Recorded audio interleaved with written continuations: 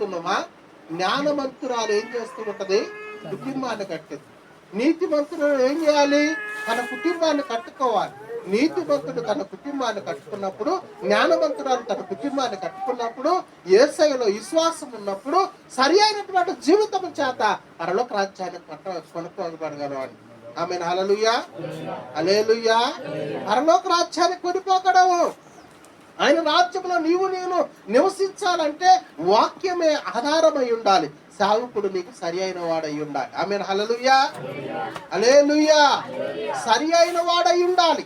ప్రియులైనటువంటి దేవుని బిడ్డలారా, మన మనసు నిలకడ లేకపోతే, మన ప్రవర్తన సరైనది కాకపోతే దేవుడు మనల్ని ఆదుకోగలడా?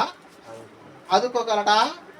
మన మనసు సరిగా లేదు, మన మాట సరిగా లేదు, అబద్ధములు ఉన్నాయి, మోసం ఉంది. త్రాగుబోతులకు, వ్యభిచారులకు, దొంగలకు, మోసగాళ్లకు, అక్రమము